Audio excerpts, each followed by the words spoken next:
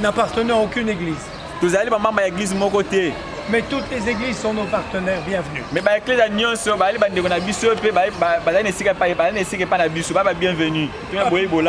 Pas plus les églises du réveil que les catholiques, ce sont nos partenaires. Parce que nous voulons rassembler tout le monde. Et que notre mission repose sur des valeurs bien claires. Bien sûr, dans ces valeurs, il y a la dimension spirituelle.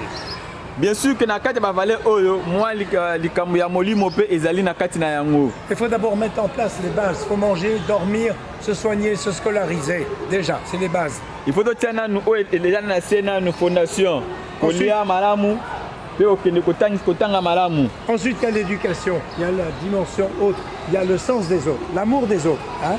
La filiation évangélique, qui est l'héritage de 2000 ans d'histoire. Si makambo ya kela sekoya makambo ya église pe koya les bananes ya fait il y a 2000 ans na kati ya masolo. Nous ne sommes pas notre propre maître. Tozali ba konzi ya vie na biso moko te. Nous avons des maîtres à penser qui ont avant nous. Vous avez Nelson Mandela. Il a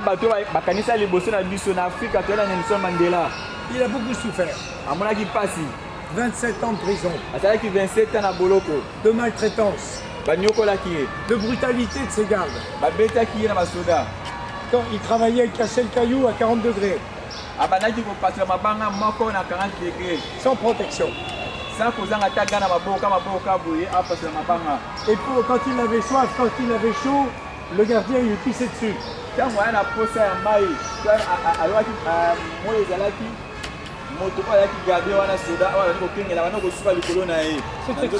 C'était très violent. C'est ça la haine. La haine raciste. Quand il a été élu président, un jour il va au restaurant avec ses gardiens. Il voit le garde qui était là et qui lui avait pissé dessus. Il le voit devant lui. Alors il dit à ses gardes, appelez-le, il va manger à notre table. Alors le monsieur tremblait comme ça. Et les gardes ont dit, mais pourquoi il tremble? Ce monsieur doit être malade. Nelson Mandela a expliqué pourquoi il tremblait.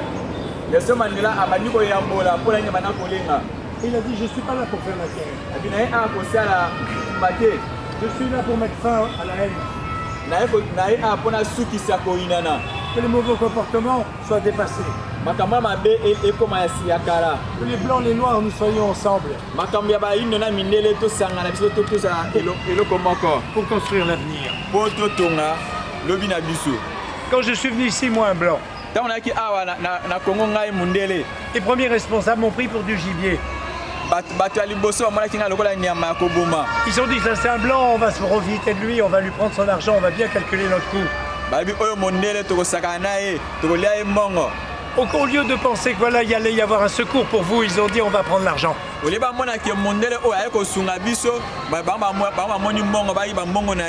c'est ce qu'ils ont fait. Il a fallu les chasser. C'est très difficile de les chasser, mais on a réussi à les chasser. Il y en a 3 comme ça. Mais le 4e, il a voulu tuer carrément des résidents, des salariés.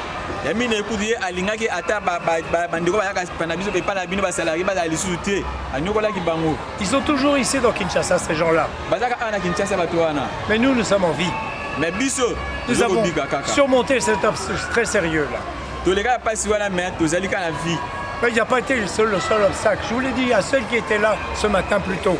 Il y a aussi les ambassades qui ont été brutales. Avec nous, probablement parce qu'elles sont en grande difficulté. Donc on ne fait plus appel aux institutions. On fait appel à nos amis de France qui ont le cœur pur. Qui sont généreux, qui sont humanistes. Les aides que vous recevez ici sont faites, données par des gens qui ont le cœur pur. Qui ont les amours des pauvres. Qui veulent que les enfants soient heureux. C'est ces gens-là qui vous ont donné vos aides que vous recevez ici. Ça vient de très loin, c'est universel. Il y a ça dans le cœur de l'homme. Il y a aussi les mauvaises herbes, il y a tout est dans le cœur de l'homme. Mais il faut chasser les mauvaises herbes. Donc nous avons progressé sur vision valeur, méthode. On a travaillé beaucoup sur la méthode. Car il faut être efficace. On veut que vos commerces réussissent. Il faut vendre bien vendre. Il faut que les recettes s'augmentent, soient plus fortes que les dépenses. Mais il faut tout compter. Il faut tout compter. Il faut les dépenses. Voilà. Il faut aussi que vous ne fassiez plus voler. C'est fini. Plus de vol. Plus de vol à Caribou. Donc il faut mettre en place des garde-fous.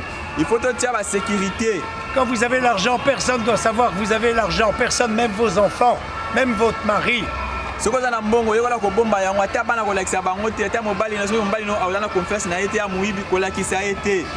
Quand vous êtes quand même volé, vous allez travailler là-dessus avec Caribou pour savoir comment on a fait pour vous voler. On veut tirer la leçon de cet échec-là. Il faut tirer les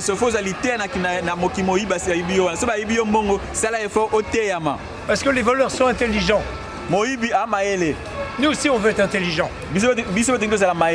Voilà. Donc ça c'est les garde-fous. Caribou aussi a des garde-fous. On regarde la trésorerie, on regarde plein de choses dans la comptabilité, on regarde la banque, on regarde plein de choses. On veut le risque zéro.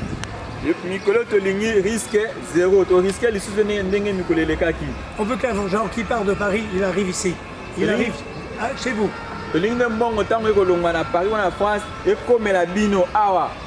Alors maintenant, comme on est fort, on réussit bien, que vous êtes là, vous êtes nombreuses, que vous êtes d'accord, on peut passer à la communication. On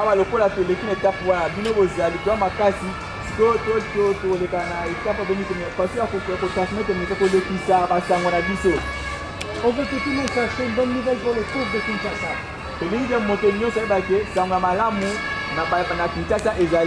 C'est fini avec Caribou la misère.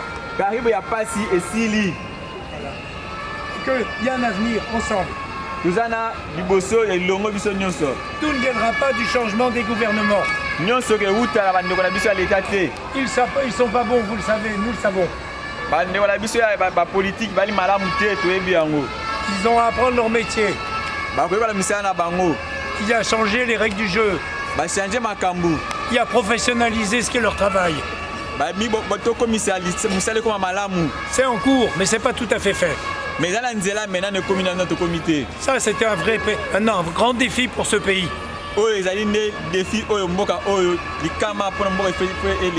Il faut rétablir la paix à l'Est. Tant qu'il n'y aura pas la paix, il y aura des problèmes.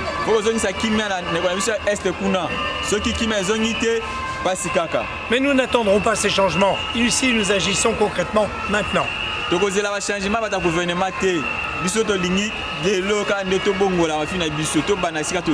Nous disons la lutte contre la misère est un devoir sacré.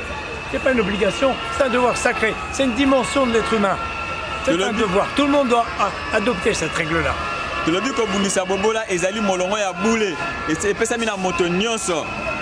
Alors plus il y aura d'échanges entre nous, votre expérience et la nôtre, plus ça sera juste, plus ça sera fort, plus ça sera efficace. C'est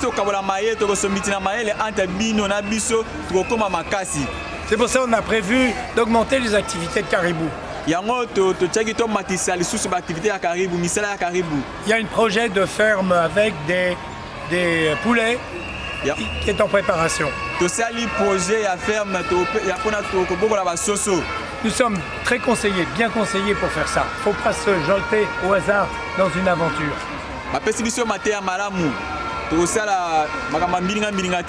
Il y a des règles pour élever les poulets, il y a des saisons. il y a des espèces qu'il faut choisir, il y a la nourriture, il y a de l'hygiène, il y a le vétérinaire, il y a plein de choses à mettre en place. Il y a makambo belé ya kotia na mulongo pona ko réussir projet oya ba soso total la période ba ndeko ba médecin o ba minganga ba soso na nyonso totia na